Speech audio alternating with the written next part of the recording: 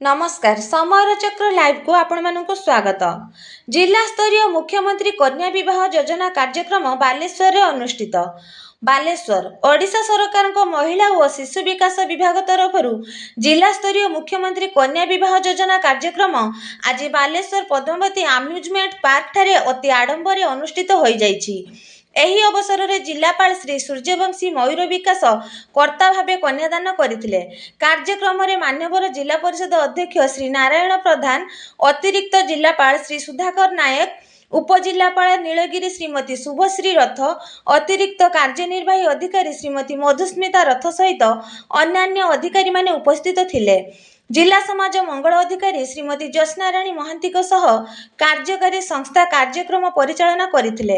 समाजर अनग्रसर वर्गर लोकंकर विवाह संबंधी आर्थिक बोझ ह्रास करने सहित महिला स्वाभिमान और सामाजिक सुरक्षा को सुनिश्चित करने उद्देश्य सरकार योजना अत्यंत लोकप्रिय होइछि।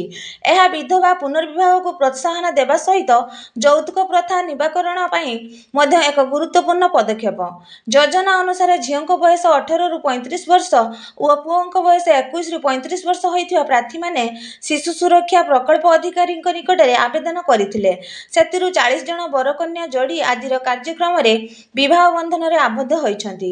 सदर ब्लॉक रु सर्वाधिक 13 जोड़ी, रेमुणारु 7, नीलगिरी 6, सरु 5, बाहानगरु 4, खैरारु 3 एवं सिमुलिया और भगराईरु गोटे दंपति थिले। बर और कन्या सजबाज पई अलगा कक्ष व्यवस्था करा जायथिबा सह दंपति सह उभय पक्षरु 5-5 जनक पई जलखिया और सुस्वादु मध्याह्न भोजन व्यवस्था करा जायतिला। एहा सहित 10 जन ब्राह्मणों द्वारा 10टी विवाह वेदी रे विवाह रीतिनीति संपन्न होइतिला। एही योजना अनुसार प्रत्येक कन्या बैंक खाता रे 45,000 टंका जमा करा जिबा सहित मोट 60,000 टंका व्यय रे एक विवाह संपन्न करा जायछि। एही विवाह कार्यक्रम नारी सशक्तिकरण और सामाजिक सुरक्षा को आहुरी शक्तिशाली करिबारे सहायक हेबो बोली अतिथि माने मत प्रकाश करथिले। धन्यवाद।